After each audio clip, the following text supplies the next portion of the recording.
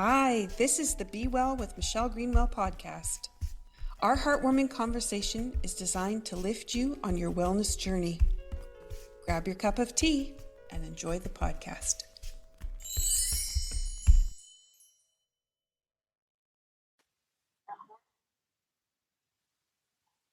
Welcome to Be Well with Dr. Michelle Greenwell, and we're exploring pathways to healing through movement, bioenergetic wellness tools, and meaningful conversations. I'm your host today, Dr. Michelle Greenwell, and today we're diving into a topic that touches millions of lives worldwide, migraine headaches. And migraines are far more than a headache. They're a very complex neurological condition that affects, this is an amazing, staggering number, over 1 billion people globally, making it one of the most common and disabling health conditions in the world. Women are disproportionately affected, and for many, migraines are not an occasional inconvenience. It's a chronic, life-altering, deeply isolating part of living. And as people go through their day, it can be a very hard way to be living. While medications can be helpful, many people discover that the medical model alone does not always offer the complete resolution. And for those living with chronic migraines, the path to healing often becomes much broader, one that includes stress regulation, nervous system support, movement, sleep, nourishment, and mindset. All my favorite topics. Today's conversation explores one of the most fascinating and often overlooked tools in healing, and this is metaphors. And I am so excited for this conversation. The language we use every day reveals how we understand our pain, our body, and our healing. And when someone says, I'm drowning, or I'm carrying too much, or healing feels like an uphill battle, they're telling us much more than what hurts. And they're telling us how they're living inside the experience. And they're trying to express to us what is going on and for assistance. But what if changing the metaphor could begin changing the healing? To explore this, I have Linda joining me from the Mindful Migraine. Hello, Linda, and thank you so much for being here. Hello, thank you so much for having me. I'm super excited as well. Metaphors are something we work with a lot in bioenergetic wellness, but your approach is just so interesting, and I love how you look at everything. So I'm looking forward to what our listeners are going to be able to experience today. Fabulous. Let me tell you. Oh, sorry, go ahead. No, I was just saying fabulous. It's exciting. I want to tell you a little bit about Linda. She's in her mid-50s and lives in Australia. She trained as an architect and has worked for decades as a project manager. Recently, though, she went back and completed her PhD in studying metaphors. Now, as an architect studying metaphors, that's a very interesting way to look at life. And all this she did while she was navigating chronic pain and daily migraines. And after being told by her neurologist that more medicine was not going to guarantee less pain, Linda began exploring holistic healing and mindfulness practices that helped reduce her migraines from nearly daily to just once every few weeks. How incredible that must have felt. Very liberating. Now she shares her healing journey through her blog, The Mindful Migraine, helping others feel less alone in their own health journeys. Before we begin, Linda, I always love to look at what is happening with our tea. So what have you packed into your teacup today? So mine's an oldie but a goodie. Lavender and peppermint are my go-to soothing essential oils. So today's tea is peppermint tea. Beautiful. And you're holding up the mug. Can you tell me what's on the side of it? So very early in my healing journey, I'm a visual learner, and I discovered that if I had sort of a visual mantra rather than a verbal affirmation, it would help me stay focused. And so for me, this was the sort of logo that I created, if you like. That was a constant reminder. My kids put it on a Mother's Day cup for me, and now I surround myself with lights and mouse pads, anything that kind of reminds me about that. Take a deep breath, slow down, center myself, all of it comes back to this sort of logo, helps me on a daily basis to remind myself to keep healing. Oh my goodness. Okay. We're not even going to get past here. So how did you create that image? So for me, it was just a very basic digital software. You just put in a photograph, and it was of a pot plant of all things, because it was me starting to use some more nurturing garden metaphors, which we'll get to later about my pivot in metaphors that I used. And it just rotates it around in a circle. And I just experimented a few times until I got something that felt about right for me. The purples, the greens, the blues, that all seemed to be saying healing to me. And so I said, that's it. That's my logo. Oh, that is beautiful. For those people that are listening and can't see the actual graphic, it's almost like a somatics framework when you take sand and you vibrate with frequency and you get this beautiful picture that is all the same all the way around. That's what you've created, but yours is with color.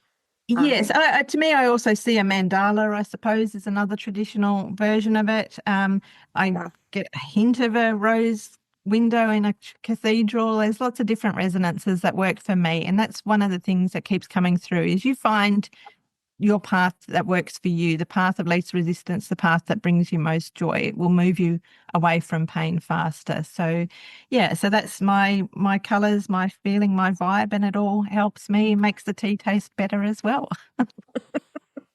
And that's very true because people will say, how do you get the tea to be that flavor? When I go home, it's not the same. And it depends what you put into it, that love and that compassion and that meaning behind it. I was going to say, it's where you meet it then. So when you choose to take that moment of time for self-care, remind yourself that it's not selfish. You put the love into making the tea, you're going to put the love into taking the time to drink it. It changes it. It becomes a ritual. It becomes an event. It's not just a cup of tea that you're smashing down on the way through the kitchen as you rush into the next event. It is the event. Beautiful. Okay, so if you're choosing what you're going to have in your mug while we have this conversation today, for those people, this might be the first time you're listening to the podcast. I choose the tea and talk about affirmations, and we're talking about metaphors, but this is a way for you to have a healing session while you listen to the podcast. So at the end, if you set your goal for what you hope to achieve by listening to us and our conversation about metaphors, at the end of the podcast, your energy will be in the flow of that, but you'll be able to sip on your water, your tea, whatever beverage you've put there. You can infuse in the energy that we're talking about right now. So I'm going to bring in Releasing the Warrior from the Cape Breton Tea Company. And this one is a traditional in the Chinese 5 elements for understanding migraines. It's often reflected as an imbalance between the water and the wood element. And the water element connected to kidney energy can become excessive, especially under chronic stress, adrenal fatigue, insomnia, or fear. Meanwhile, the wood element connected to liver and gallbladder energy can become depleted or constrained, and this can affect flow, flexibility, but also resiliency. So releasing the warrior supports the wood element and invites us to soften the fight. And that is something often that happens for people is they're fighting so hard to be well instead of relaxing into be well, which is really hard to understand when you just are trying to get past such hard things that are going on. So the affirmation I chose today, because there's 4 on the package, is my ability to let the fight go begins the healing process. So as you sit with that, I'm going to bring 2 herbs forward to highlight for today. I like to bring the relationship of the herbs that are in the compilation, and there's a whole bunch of them, but I'm going to focus on parsley and coriander. Those are things that could be in your garden, but also things you might add to your food when you're cooking. So parsley carries the spiritual essence of clearing, purification, renewal, and helps us release what's become stagnant and make space for what is fresh and vital. And coriander offers cooling, clarity, and gentle emotional release. Spiritually, it invites us to loosen our tension, soften our over-controlling habits, and create room for calm insight. And this feels like a beautiful way for us to open the door on today's conversation and releasing the fight. So cheers. Thank you so much. I'm going to turn my mug around because I've got my 60th birthday mug ready to go. So anyway, cheers. It was the right color to go with what we're doing. Yes, excellent. All right. So let's start, Linda, with your story, because this is important. I'm sure many others have had a similar situation. You've lived with the migraines for many years, and at one point they were daily. So there's not a lot of work that's going to happen while you're in that chronic pain. So can you take us back to what life was like with those migraines when you were experiencing them at their worst? Yeah, so I had my first migraine when I was 11, and I had them on and off for my whole life. But they were kind of like, I try and explain, we say they're not a headache. It's closer to a bad hangover. There's the nausea, there's the sensitivity to light and noise. But what happened for me for most of my life is once they were over, they were done. And then I would just get on with my life. So I never really paid them much attention. There were a couple of really bad ones. I ended up in hospital a couple of times. There was one where I actually was grinding my teeth so bad I actually broke 3 of them. But again, even then, it fell into the past and I kept moving forward and didn't really learn any lessons from them. Then in 2019, I was accepted for the PhD program in a Sydney university and started feeling almost straight away a sense of a little bit of mother guilt that I was spending these 20 hours a week on myself and not my family, not cleaning the house, not making sure the fridge was full.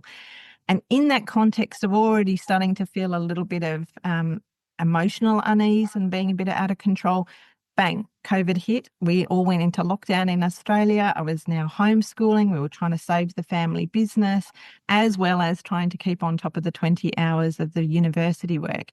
So I found myself being a bit of a control freak, as you mentioned. I was getting up early in the morning. I was staying up late at night. I was doing whatever I could to try and keep all the balls up in the air. And I didn't realize it at the time, but I was also perimenopausal. So between the hormones, the social changes, the physical changes, the mental changes, the government was imposing changes, the university was giving me hurdles to jump through. I just didn't realize, but I was getting beyond burnt out. I was burnt out at both ends in the middle. It was just ridiculously overdone. And so by about mid 22, I realized that the occasional migraines were getting closer and closer together until I realized I pretty much had pain on one side of my face all day, every day. It took me till about the middle of 2023 to get to a neurologist and get the diagnosis of chronic migraine. And to get that, you have to have a migraine event of 15 or more days a month. So to be able to get access to a certain type of medication, you need that diagnosis, which means you have to reach a point of being very unwell.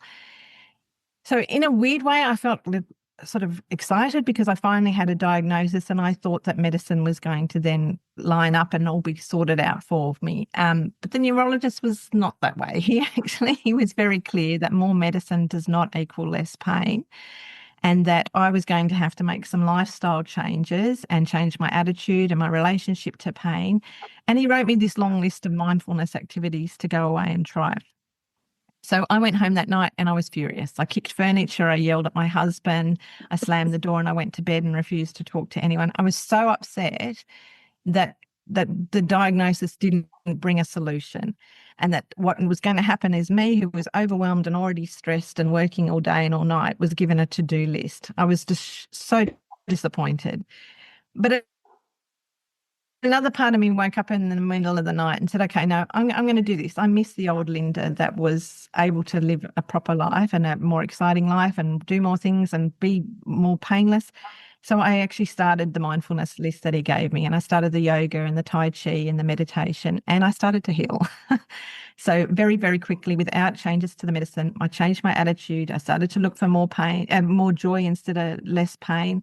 And I started to heal so quickly that by the end of that year, 9 months later, he said, you should write a blog. You should help other people do what you've managed to do. And so in early 2024, a couple of years ago, that's what I did. I started the Mindful Migraine blog, and I've been popping out posts ever since to try and help people heal, because the difference between where I was, which was so dark to be stuck in pain all day, every day in your bedroom, no lights, no sound. You can't parent, you can't socialize, you can't drive.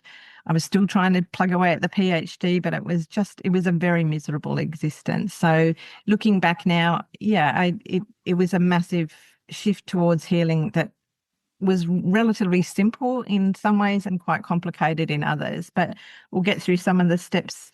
But yeah, burnout was a big part of it. So, and having to again calm down, rationalize, prioritize, make some time and space for healing. It all helps.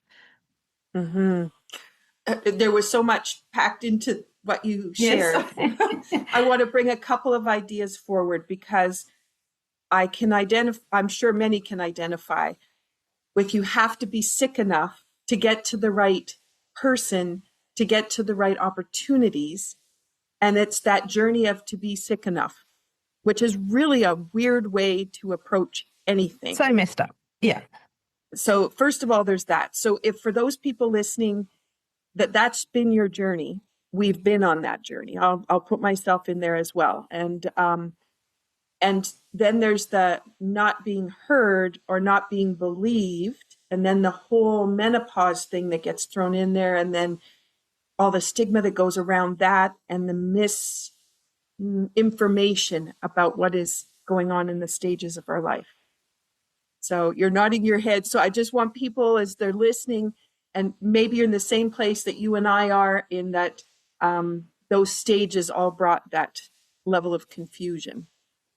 Yeah, and I think it's recognizing that that as you change through life, so will your health and so will your conditions. So something that I thought I had a good grip on, which was my migraines, and that they weren't a big thing, that as I was changing, the diagnosis was changing as well. So in a weird way, I ignored it because I assumed it would just fall to the wayside like it always had in the past. So it caught me a little bit by surprise that this was changing as I was changing.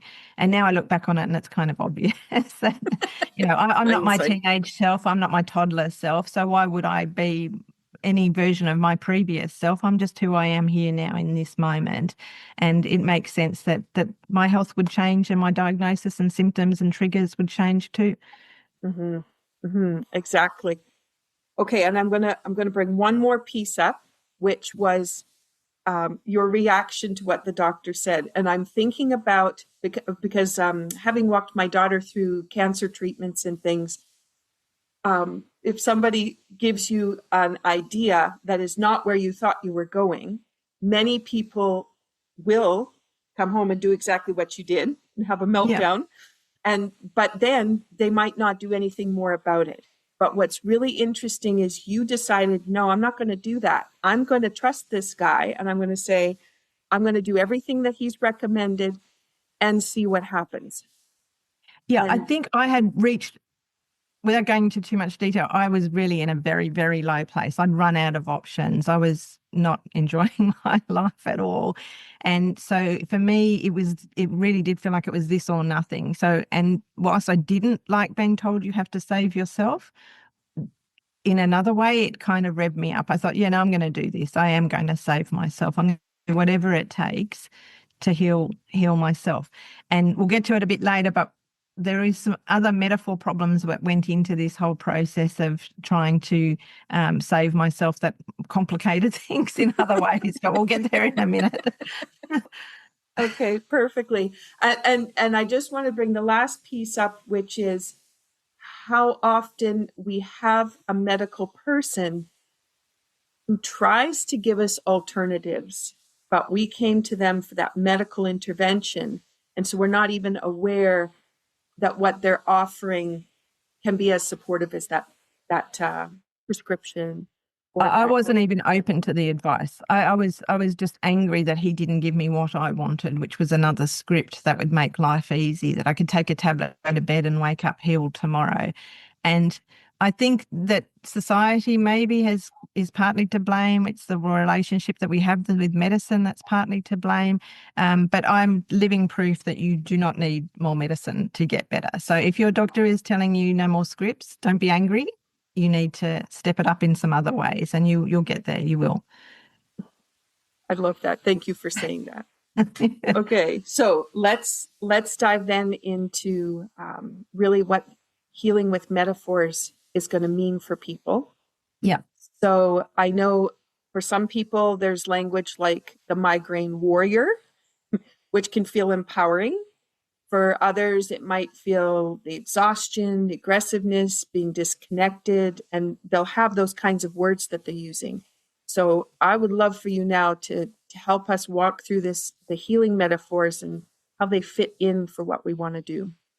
Yeah. So with me, I came to my PhD looking at architectural metaphors. So if you think about the opera house, Jornutsen designed it to be clouds above a rock shelf. I see sails or shells. A lot of the critics at the time who didn't like it, they were coming up with rude metaphors like a turtle orgy or a scrum of nuns or a circus tent blown away in a gale. And I can see all of those things.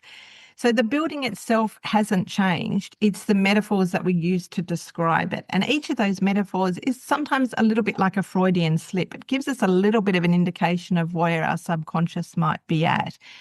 And I spent 5 years studying the PhD and I graduated late last year. Yay, I'm now Dr. Linda.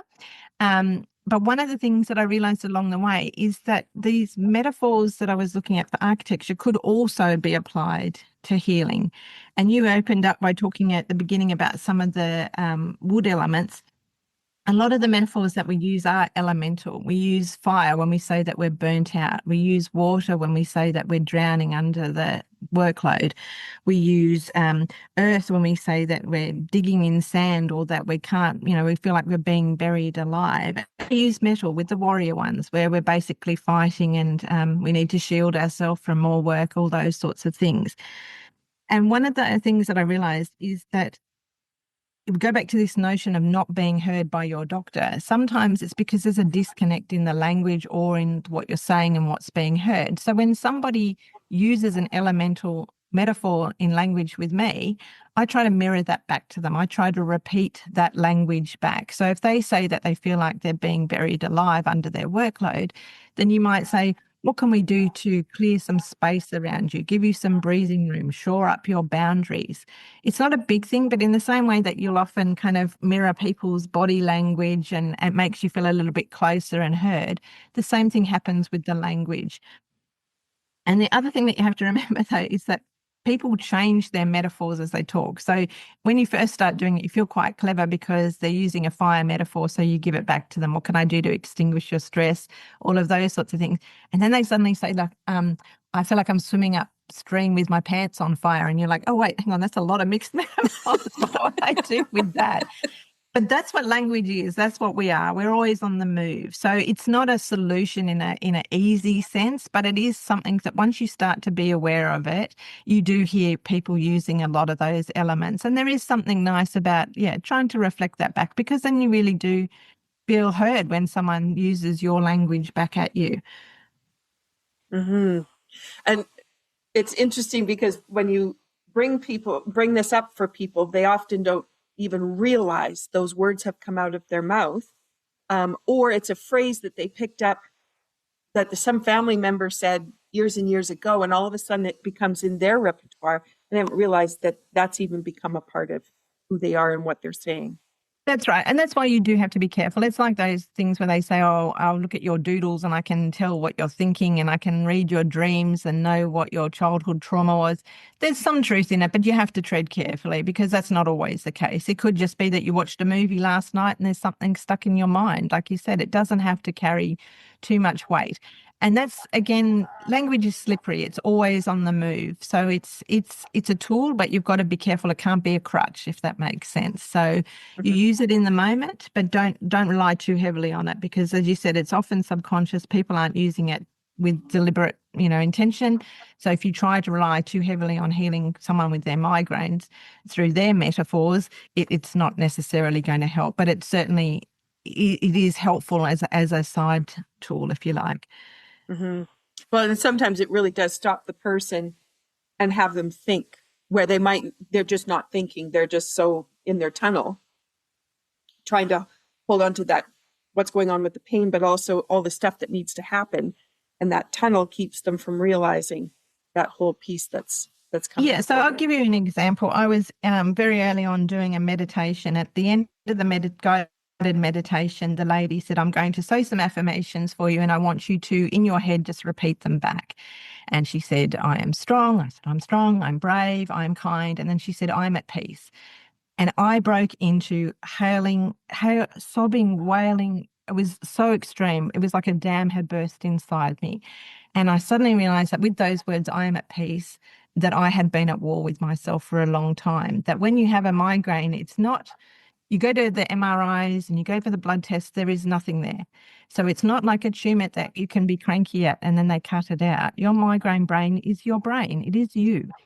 So when you are at war with your brain and you are battling with your brain and you're battling with your diagnosis, you're at war with yourself. And that's not a good place to be. So that migraine warrior metaphor that you talked about before can become quite dangerous. And that's what I alluded to, is that there's this aggressive masculine energy attached to it that was, I felt like I had to keep fighting. I had to keep being brave. I had to keep being strong. But I really just needed to be at peace. I just needed to have a really decent rest. And that's where I shifted into that metaphor of gardening, because you don't go into a garden and look at a pot plant and say, hurry up and grow, bend over on a Wednesday at 3 o'clock in the afternoon and touch your roots. You just need to give it sunshine. You need to give it water. You need to give it space. You have to trust the process. You have to be patient. And there was something in that shift, in that day of crying, that I realized, okay, I'm going to lay down my weapons. I'm tired of living to a timetable and all of this sort of linear prospect of healing where I have to get better in a certain way. I'm just going to trust the process, and I'm going to relax a little into this, and I'm going to rest a lot more. I'm going to be kind to myself, and I'm going to be a little pot plant, and I'm going to nurture myself and see where that takes me. And almost straight away, again, that shift was huge. So I do think if you can hear people talking in a language that implies that they're always fighting, maybe that's a good thing for them, but maybe they could be helped by actually shifting it into a more nurturing space. It definitely made a huge difference for me. Mm-hmm, mm-hmm. I have one student that she overexerted herself substantially, has been trying to recover from the soreness and stiffness that's resulted from that. But in talking, the language that she's used is how her body let her down, that it should be healing faster, that all these demands. So just as you're describing the garden, you would never go out to the garden and say to the tree, you're not tall enough, you should have grown more. Yeah, hurry up, hurry up. Where are my flowers this season? Come on. Yeah. Some plants don't flower every season. In Australia, we have a lot of plants that needs a bushfire for them to regenerate. There's a time and a place for everything. That life has its own cycles and its rhythms. And I think, again, I learnt the hard way. When I first started my healing journey, I brought my project management skills to it. So I wrote a timetable. I put up a schedule on the fridge that said I was going to do Tai Chi on a Monday and yin yoga on a Tuesday, meditate on a Wednesday. And I was doing what felt familiar to me. It felt right. I was doing what I thought I was supposed to do. But again, it took me a time to realize that, you know what, some days I don't want to do yoga. I'd prefer to just go for a walk in the park. And once I took it helped me get started with the mindfulness. But when I took the schedule down off the fridge and I stopped again trying to do that linear masculine time and just went with Mother Nature's flow, things started to again feel more aligned with my authentic self, I guess is how I would put it. Mm-hmm, mm-hmm. And then responding to what I need today, which is then not driving the exercise program, which is supposed to be calming you, driving that exercise program because that's what society has said you should be doing. And That's right, because yeah. it then added another element of stress accidentally, which is I didn't get around to my mindfulness techniques today. What a loser I am. And I'm a bad mum because I'm going to go to my room and meditate for 20 minutes when I probably should be checking on their homework, even though I checked on their homework this morning. And then you kind of build up this whole narrative that just doesn't need to be there. Mm-hmm, mm-hmm. Yeah, beautiful. It's so beautiful. As I was preparing for this conversation, I thought, usually I do it in silence, or sometimes I'll have my plant machine on and taking the music out of the plant through a special machine I have. But I actually went back to some music I hadn't listened to for a very long time. So I'm just going to bring that forward for anyone that's metaphorically trying to figure out how would they shift their framework, because I went back to Karen Drucker. Did you ever listen to her work? No. No. Okay. So the song I ended up on when I was working on this section of the podcast was Gentle with Myself. And that really helped me to get into the idea of the metaphors and the kinds of conversation. And then the songs went from there to a couple other ones, which were also my favorites when I was listening to Karen quite a bit. But the other one is I Am Healed. And we don't say that, we're always looking for the complaint. We're looking for what's not working so well. One pain disappears and we replace it with a different one because the shoulder isn't sore anymore, but now my knee is. And so you just assume the body's still degenerating instead of coming through a cycle. And I am healed can be like you saying, I'm at peace. It's that same thing. Wow, that's a big word to say, I am healed. Yeah, and I think it's that notion of energy flows where attention goes. So if you focus on that positive and the more joy instead of the less pain, it's amazing how much you have to be grateful for, even when you are in pain. There is a lot to be, you're upright, you're talking. For me, there was a lot. I have a beautiful home. I've got a beautiful family and friends. It shifting into the positive, again, all of that gratitude and the gratefulness, it makes a difference as well. Mm-hmm. Mm-hmm. Okay, if we dive into a little bit of what you said. So you went to meditation, you went to yoga and Tai Chi. So I'm assuming when the recommendations came to you, he was looking for something that you would kind of grab onto and go, that's my thing. Yeah, and I gave you a think little taste. he saw it more as a whole suite, is how I interpreted it. Is you needed to, he also had therapy in there. He had HIIT, I think it's called the HIIT, the cardio one, which was part of why I got so cranky because I've never run up a flight of stairs and there was a zero chance it was going to happen with a migraine. But what he was trying to do was, I guess, recognize that you have to calm down, you have to get a more holistic approach to things. And for me, I guess it's a bit like trying to, I talked about the garden metaphor and the warrior metaphor, but for other people who are trying to decide on their own metaphors, for me, it's a bit like when you go to buy a new shirt. You go into the shop and you go to the change room. You don't try on every shirt in the shop. You try on your size, the color that you like and the style that you like. And then you figure out what fits right, what's comfortable. Well, the metaphors and the mindfulness techniques are the same. I tried yin yoga. I'm not a flexible person. I can't do all those pretzel lady moves. And so I got quite disheartened by it. So that doesn't fit me at the moment. I'll come back and I'll try it on another day. Tai Chi was the one that, without a doubt, I fell in love with instantly. It was upright, it was slow, it was steady. One of the things that I hadn't realized until I started practicing it is that I had become like a brain on a stick. I was so disconnected from my body. All that I thought about was my brain because it was my asset in terms of PhDs and success in the past. But now it was also my migraine. So all I lived was up here above my neck. And so one of the things that Tai Chi does is it puts you back down into your body. It makes you realize that you have lungs. It makes you realize that posture matters, that all of that hunchy, scrunchy stuff that I was doing was so bad for my breathing. It was so bad for my neck. And to be upright again and, hug a tree movement and wipe the clouds, all these beautiful, slow things that just were so grounding and didn't require the sort of flexibility, skills, or coordination that a lot of other activities do. Even meditation felt stressful for me. I didn't realize until I was doing it how much my anxiety meant that closing my eyes felt dangerous, that sitting with my own thoughts could be so uncomfortable. Whereas Tai Chi didn't ask that of me. It just asked me to just be in this moment, move my body slowly and carefully this way, that. I started to feel my feet, which is such a weird thing to say, but I'm 50, I'm 55 now. But when I started these processes to be 50 and suddenly realized that I could feel my feet touching the ground, it's such a weird thing to say, but it was, again, such a light bulb moment for me in hindsight that I was now not just a brain on a stick, and I was not just a migraine brain on a stick that was feeling sorry for myself.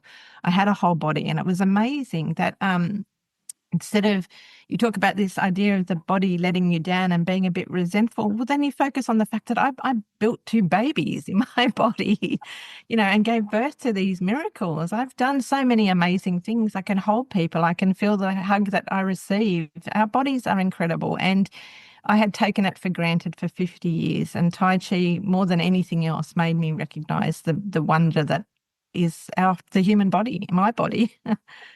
Oh, I love how you just described all of that. I don't know I would have articulated my journey as beautifully as you just did, but I had the same sensations that came from my Tai Chi practice. And with it too, I didn't stick with it. I went away from it, fell off, you could say fell off the wagon, and went back to old habits, doing different things, ignoring, and then the body, of course, resonates that.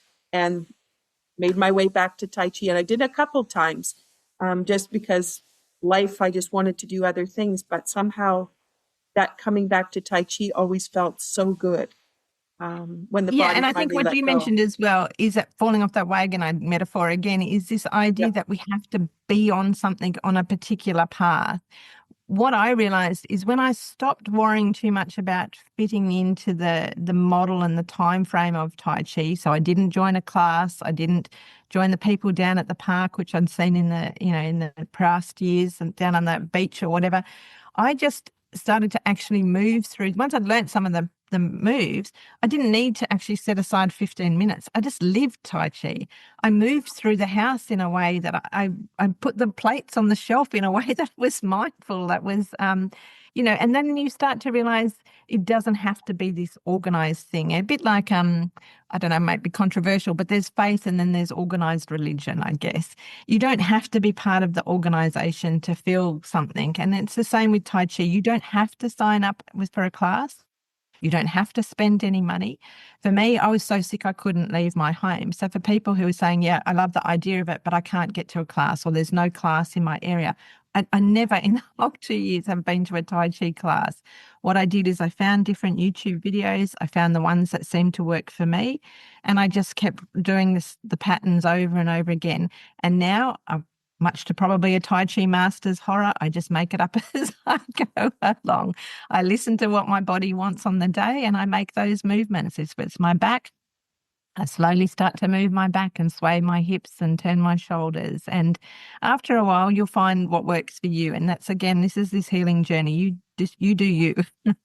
Mm, exactly. Exactly. So I think you just segued so beautifully into, I was going to ask you, what are some of the gentle movements or breathing practices that maybe our listeners would be able to explore a little bit? Is there Yes, something a you want to couple. share?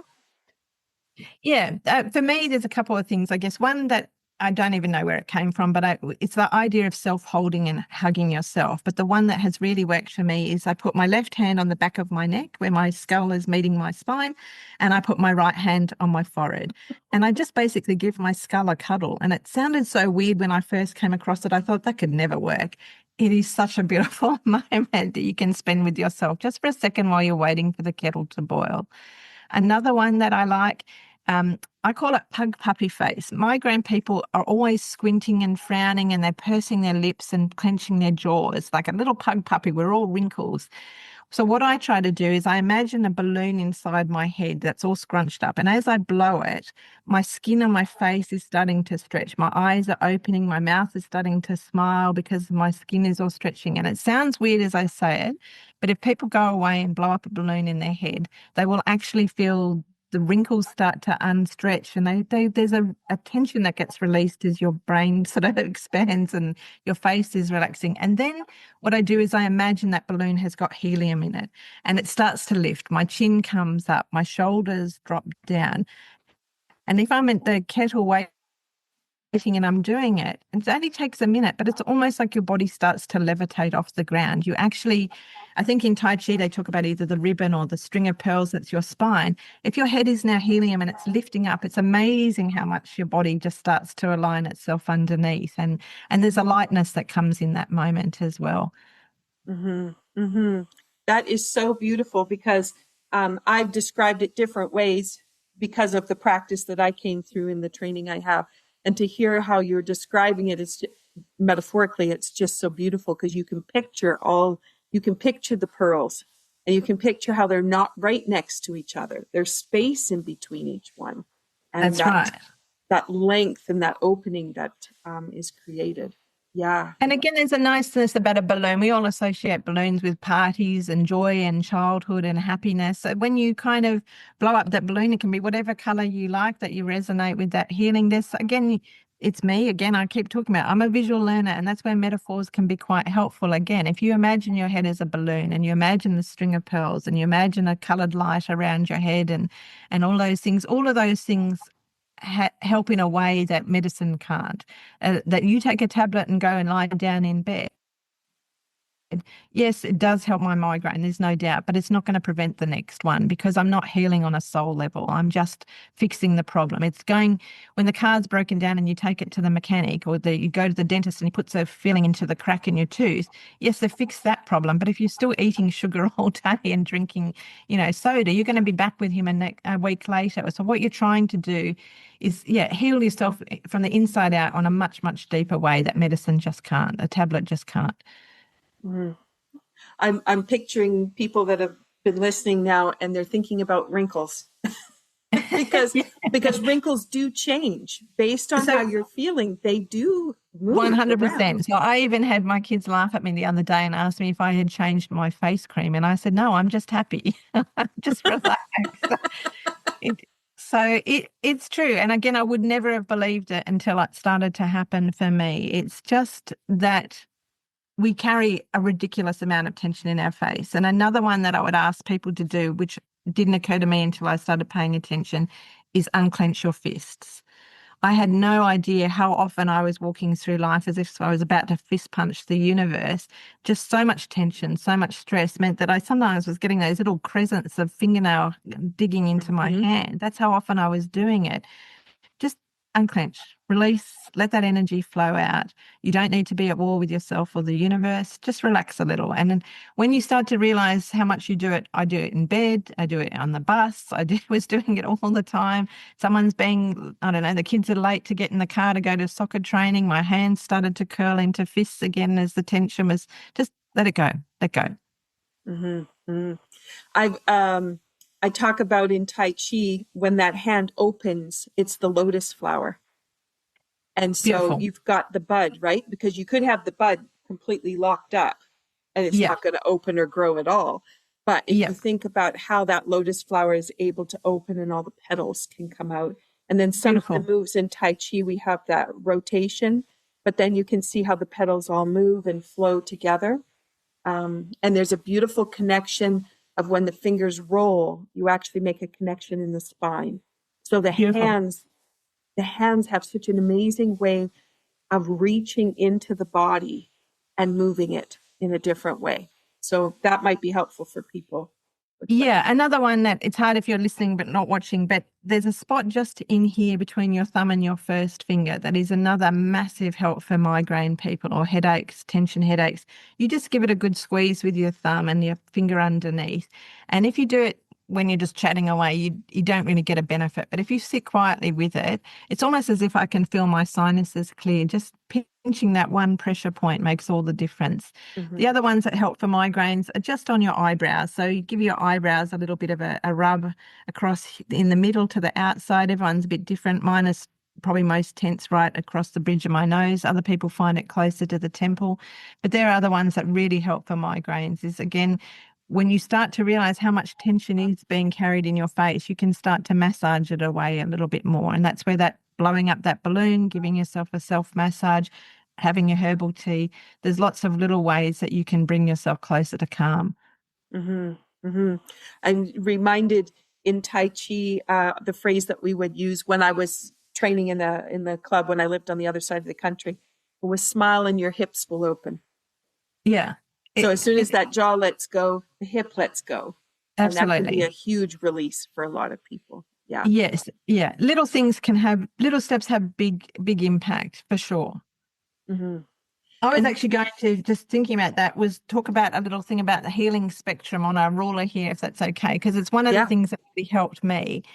So we're in Australia, so I've got a 0 to 30 centimetre ruler. I know everyone's a bit different, but you often think of healing and illness as being on this spectrum, and it is. We go from very sick to very well, or vice versa, and it changes all the time.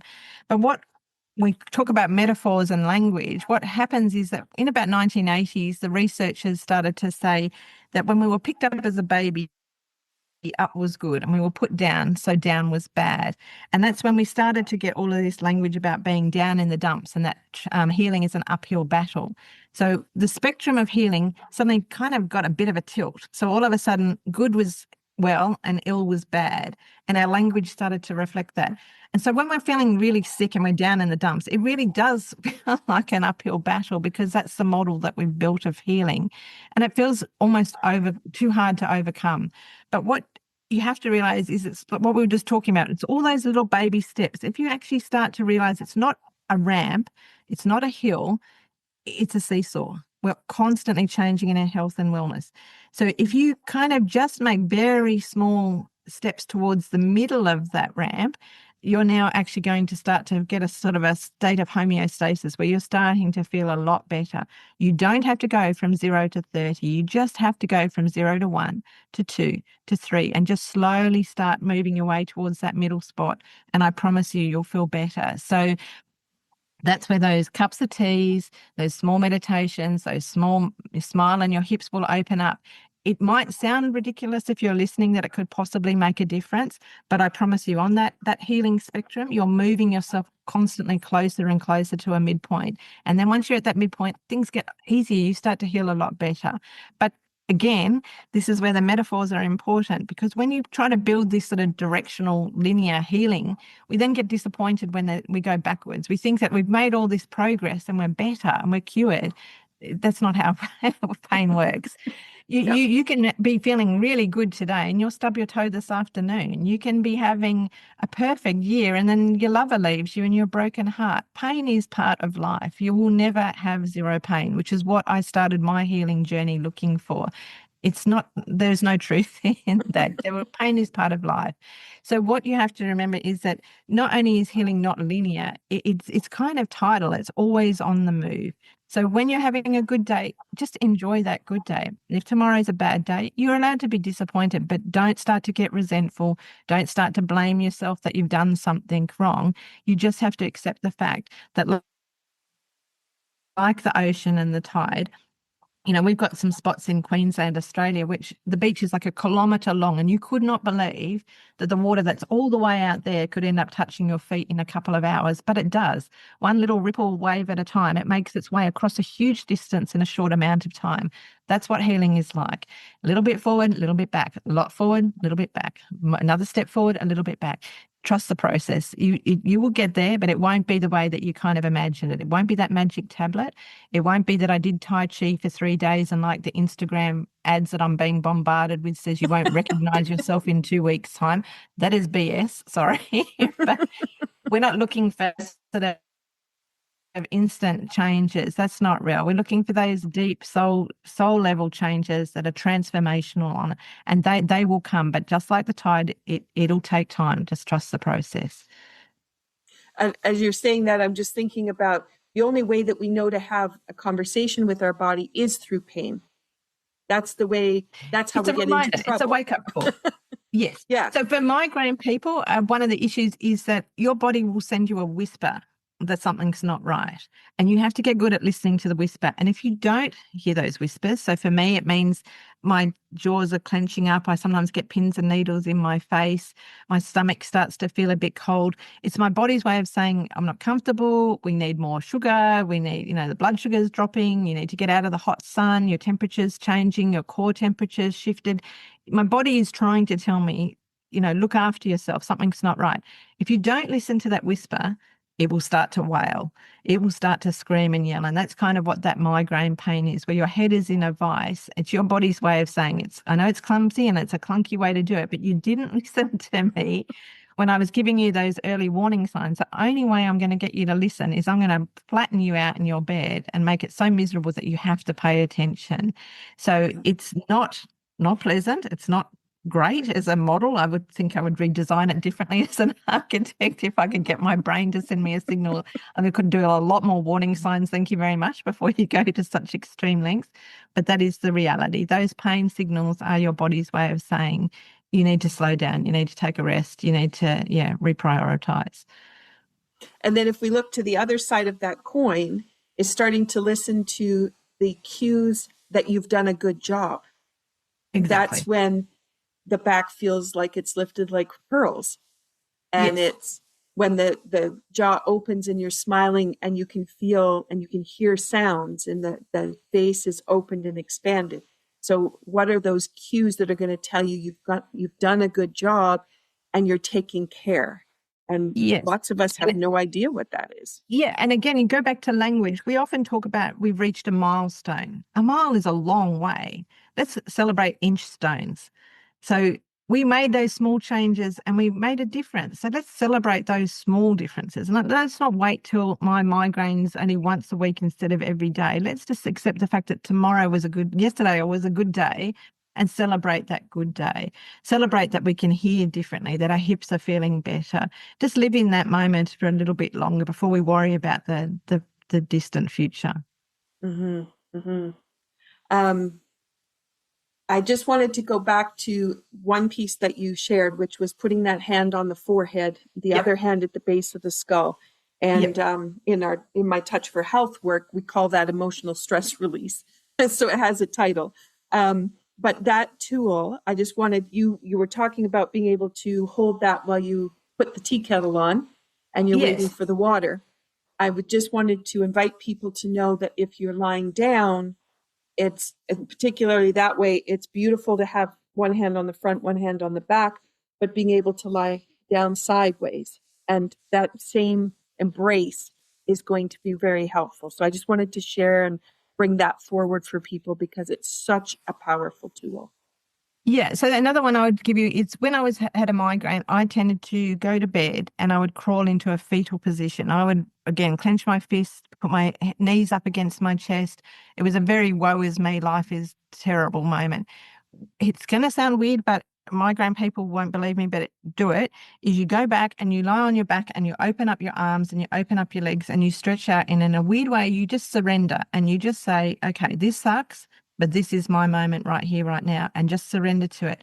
And it's amazing how much the pain sort of shortens. It doesn't go away instantly, but it is, I guess what I'm trying to say is you separate suffering from pain. And when you're in that fetal position and your brain does a welfare check on you, it says, oh shit, things must be really bad. Like she's crawled into a ball. We must be in a bad way. And the pain kind of stays. When you just say, okay, it is what it is. Let's just get this over and done with migraine. In a weird way, your brain does that welfare check and it goes, oh, it's not as bad as I thought it was. I don't think I have to be as catastrophic as I was expecting. And things get better quickly. Mm-hmm. Mm-hmm. Exactly. Thank you for that because, I think people don't really realize, if you go to that joy of what it is to, I don't know if you have snow where you are. We have a lot of snow where we are. But if we lie down in the snow, you can do it in the sand too. But if you lie down in the snow, we make an angel's wing and you're opening and closing the legs and you're opening and closing the arms. You make this beautiful. Now, if you think about that as a kid doing that, that was always such a joy to get in there and just go to town. Yes. And that's exactly what you're describing for lying down is just letting it all go and you make those angel wings. It's just such a beautiful Yes, and that's a beautiful vision. Again, I love that because I can visualize it. And there's a sense that the first time you do it, you feel incredibly vulnerable because you feel like you needed to protect yourself, which was what the ball was all about. But again, that's assuming that the migraine pain is something outside you. It's not, it's you. You don't have to defend yourself against you and your brain. You can just be at peace with yourself. And it's really hard because migraines, if anyone's had a migraine, they are really bad. That's a really horrible way to live. So anyone that's listening and feeling like, oh yeah, but her migraines weren't as bad as mine because there's no way that lying on my back and holding my head would make a difference. I understand where you're coming from because I was there, but I lived with this for every day, all day for a year. And I know how bad it gets. I know how much I lost to it. I lost my sense of self. I lost friends. I lost jobs. I lost a lot. But if I can pick myself up and move myself forward with these simple tools, I promise you that you can too. Mm-hmm. Mm-hmm. I was just thinking about that curling into a ball, and you have pec sternal, which is part of liver, and you're compacting that, and you're holding it tight so it actually can't function. So that Yes, opening up into the star gives you this opportunity to let that open and release. That muscle has the chance to let go. But also there is pec clavicular, which is how you digest emotions. So if you're into that ball, then you're not going to be able to move through anything either. So it's exactly. that And that's openness that's a needed. big part of, I think, is why I was stuck in my pain. And it's even just your lungs. You can't breathe properly when you're curled in a ball versus opened up. I mean, another way that I used to look at it is, if you remember Atlas, and he carries the weight of the world on his shoulders. So stiff neck is a real thing for migraine people, but it's confusing whether it's a symptom or it's a trigger. So it's not clear. It's like a chicken and egg thing. Is my neck sore because I've got the migraine and my body is stiffening it up to hold on to my sore head?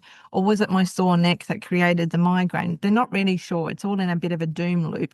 But if you can break that doom with those hand holds and the head holds and, opening up, breathing better, all of those things, it's like, again, use those metaphors, use those visual images. Don't be Atlas. Just take the world, put it down for a second, take it off your shoulders, give your neck and your back and your head a rest, and just, take a moment for yourself. You can pick it up later if you feel inclined, but I definitely do not. I changed what I watch on TV. I've changed what I read. I do not need the weight of the world on my shoulders at the moment. I can't save the universe. I'm not going to try anymore. And I'm just going to look after myself first, look after my family and friends, and just slowly, my boundaries might get bigger. But at the moment, you have to prioritize yourself. And that means, putting the weight of the world down and giving your shoulders a rest. Mm-hmm. You just helped me reframe an exercise that I use all the time, but I've never used it in the capacity of what you just said. So I'm going to share it because I'm interested what people will be able to glean from that if they're looking at tight neck headaches. So usually we're checking in with, can you turn your head? And then that's going to tell you how the vagus nerve is functioning. So, Yes. how's your nervous system operating? So I know you haven't done this before, so I'll if you're okay to do this, Yeah. I'll share it and see what happens. So if you turn your head to the side, can you see how far you can see going each direction?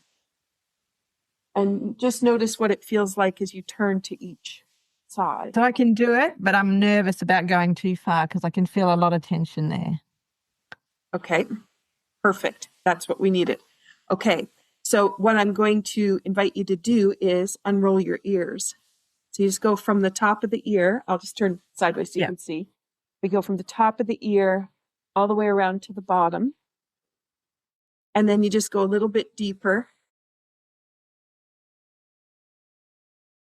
And then a little bit deeper. Okay.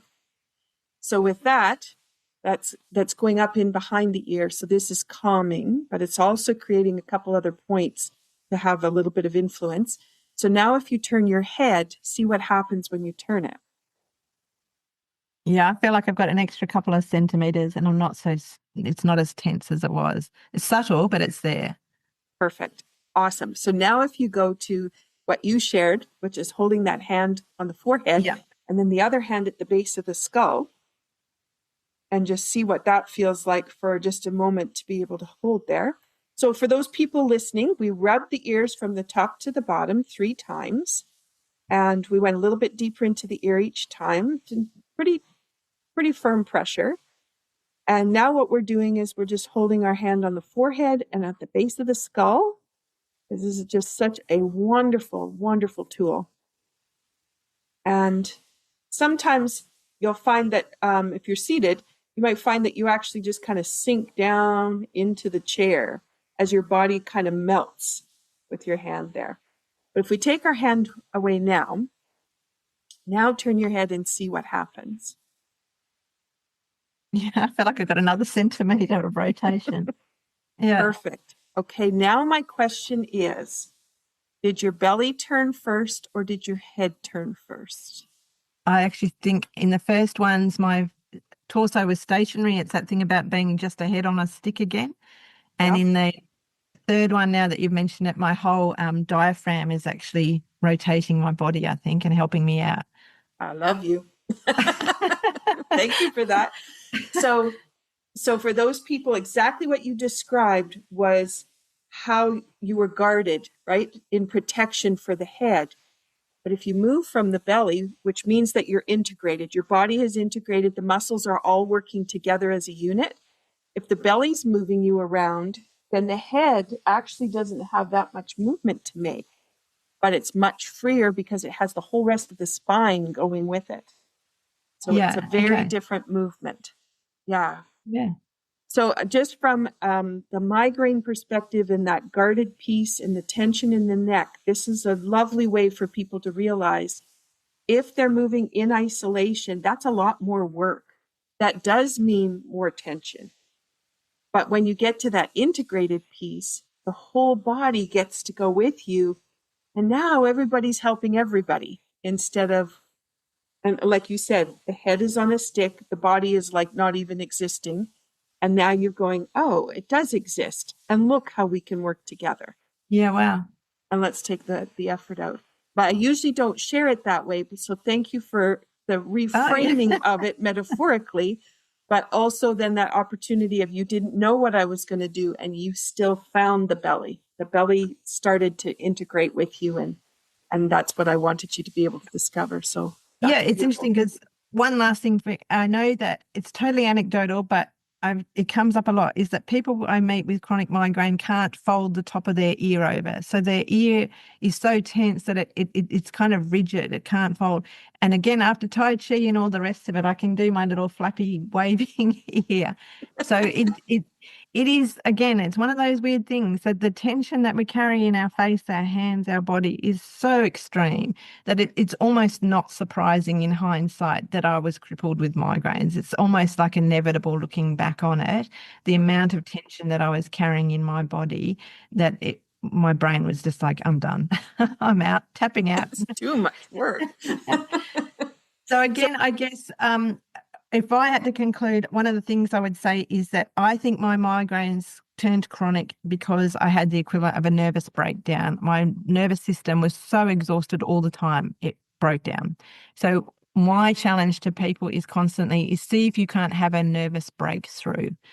See if you can't make little breakthroughs that will help your nervous system, like the massaging the ears that we just did, and realizing that your whole body can turn. It's not cheating, just helping your head it's out, do whatever integrated. you can. Yeah, it's a Yeah, whole body movement instead of that's it. isolation. And those breakthroughs that you have when you're going, aha, and I'm going, wow, I've never thought of it like that.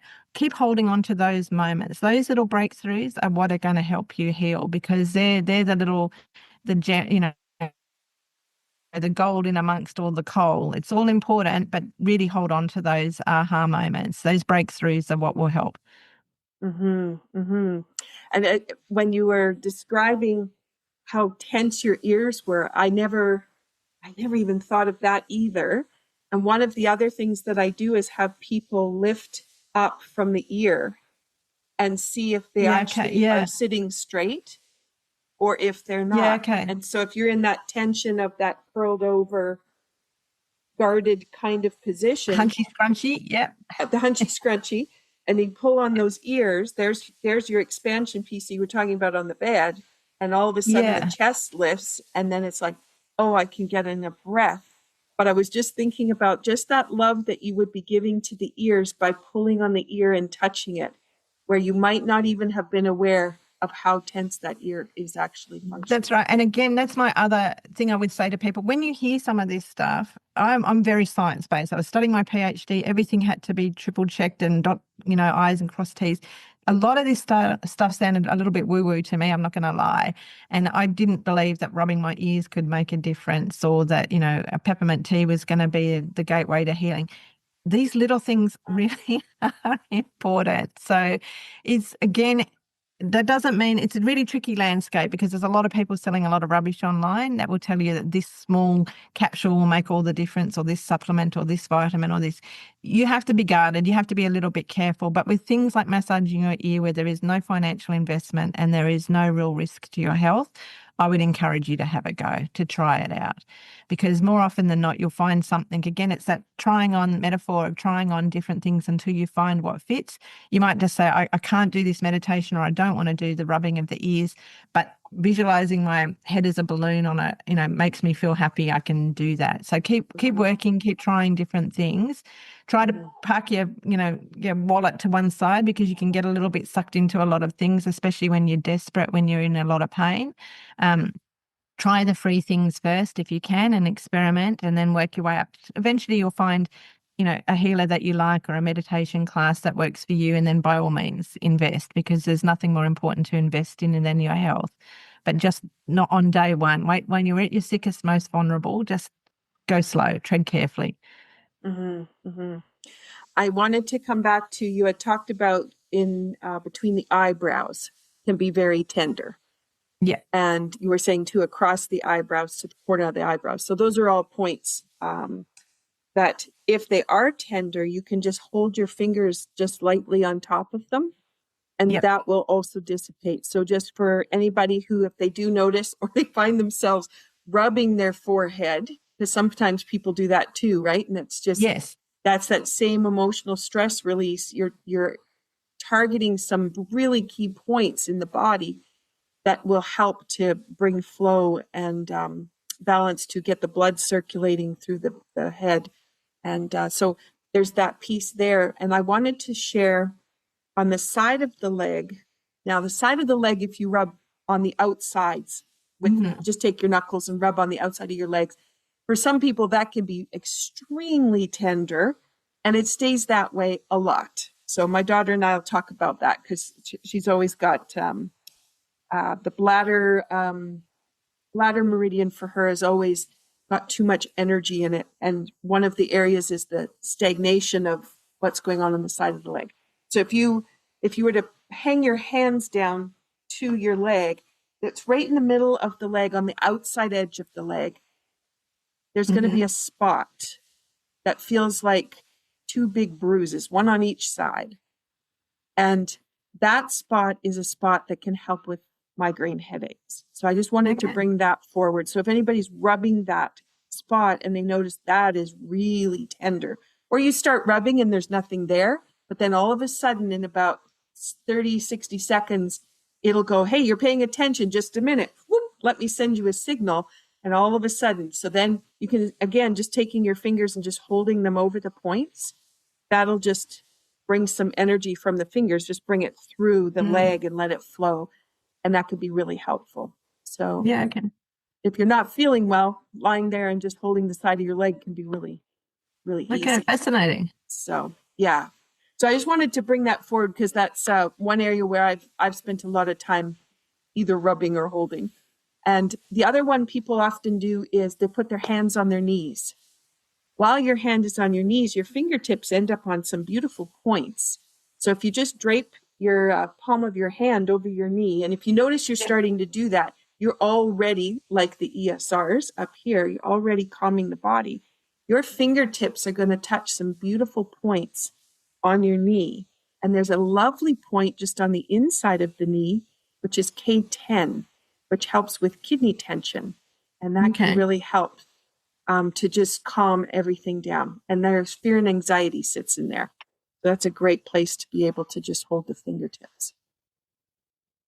Beautiful. Yeah. So I just wanted to get those couple of points in, if that's helpful to anyone. And again, those are the free things that work, and then being able to dive further. So, okay. Is there anything else that you might have had on your list that we wanted to make sure we covered?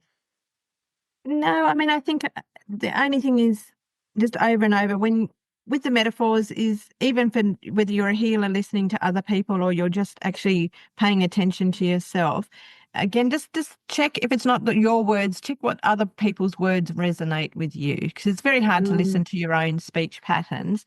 But if you notice that when someone's explaining something and you go, oh, I get that, or that brought up something that instantly I can visualize, then they're the moments that resonate for you. Then that's that thing about trying on what fits. Hold on to those moments, store it away, take a note. So again, for me, I found that the warrior metaphor, which is a big part of migraine culture, did not fit well for me at that moment. I don't mind it now. I feel really proud that, we battled through and I survived. But at the time it was not helpful. So it was by accident finding out that those, garden metaphors were nurturing me in a way that I needed. Look to the things that you love. If you're still not sure how to proceed, painting, or you love success, start making some menus that are about healing and comfort food. Lean into the things that you are familiar with that bring you joy, because again, it's that holistic approach. So whether it's the metaphors, the visualizations, you want to just build up this really warm and fuzzy feeling around yourself as much as you can. All the little things will help. So just and give yourself grace and be patient, because again, in the same way we mentioned, you don't yell at a tree to hurry up and bear fruit. It'll come when it's ready. So healing is the same for yourself. Just cut yourself some slack, be patient. We've been through it. We're at the other side. But for people who are deep in their pain and their misery, it sometimes feels like it's not possible for them. But it is. You've got to take it slow. You'll get there. Mm-hmm. Mm-hmm. You and I met because of your blogging, and which is so fantastic. And you and I had gone back and forth between the blogs that we both post. How can people find the Mindful Migraine if they're not familiar with where blogs are? So you basically just go into your search engine and you'll type the mindfulmigraine.blog and it will come up. And I post there Monday, Wednesday, and Friday. I post about migraine from a quite scientific point of view, but I also mostly post about it from a personal point of view. So it also then expands into lots of mindfulness techniques that I've tried and what works and what doesn't. It's basically, a lot of the readers don't have migraines at all, but they either suffer from chronic pain or they are just open to learning new ways of living within their own body. And it's a nice community because a lot of people leave comments. And so even if you are feeling a lot, like you're doing this alone, when you read the post and you see that there's a lot of other people saying, oh, yeah, no, I vomit in the night as well, whatever. It's not just me. It's other people that are struggling with this as well. It makes the journey less lonely, that's for sure, because migraine is about lying in your room alone in the dark a lot of the time. So if you can find a community online, and that's what we're slowly building, then it helps. So that would be my advice. There's lots of other wonderful places online. There's lots of initiatives. It's about finding your own home. So I'd encourage everyone, when you're feeling well, when your headache's not too bad, is to get online and find the spaces that work for you. And I keep the blog posts really short because I'm tired. My readers are tired. So you can get in and out in under 10 minutes. So But the interesting thing about your blog too is that you dive into some really interesting concepts, and you do double check those facts and make sure they're correct. And so you're not just putting something into AI and saying, create a blog for me that talks about this. You actually have gone in and you've dove into some of the concepts. And that's what I love about reading what you've written, because you pull out, because of your architecture background, because of the work you did on the metaphors, you're really pulling out some really different ways to think about life. And I so appreciate that. Yeah, I think I've been lucky. It's landed the right way. All that PhD experience, it brought me a lot of pain, but it actually taught me how to reference, how to look up things, how to research, how to look for patterns in a way, and look for the things that align. And it taught me how to write. It taught me how to read.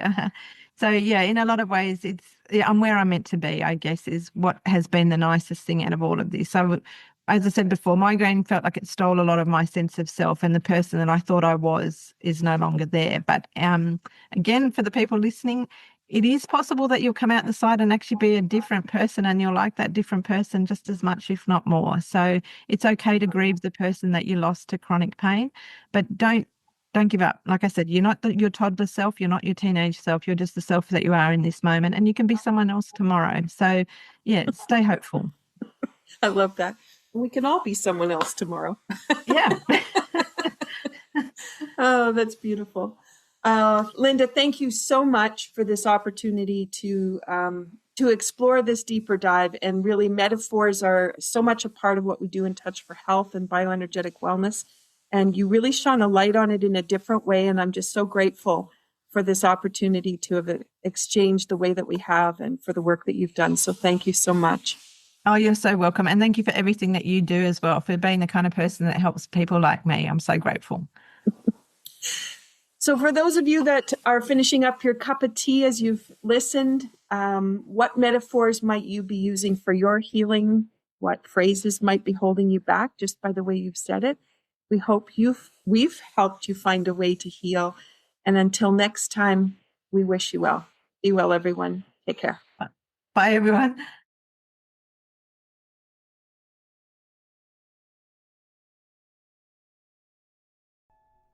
Thank you for listening to Be Well with Dr. Michelle Greenwell. There are a couple of resources I want to just point out. When you go to the website greenwellcenter.com, you'll have a pop-up window. That pop-up gives you the top 8 easy stress releasers that you can use every day. That's something you can put beside your computer, the bathroom mirror, beside the bedside table. A great resource. Also, my YouTube channel. It is full of playlists with all kinds of different ways that you can activate energy and bring vitality into your day. You can find that when you go to YouTube at Michelle Greenwell. And last, if you're a Linktree person, Linktree, linktr.ee/Greenwell Center. That has all my resources in one spot. Those are for intricate little things that you can't get everywhere. And it's a wonderful way for me to be able to share all the different aspects of the kind of work I do. So thank you for listening. Be sure to drink that tea.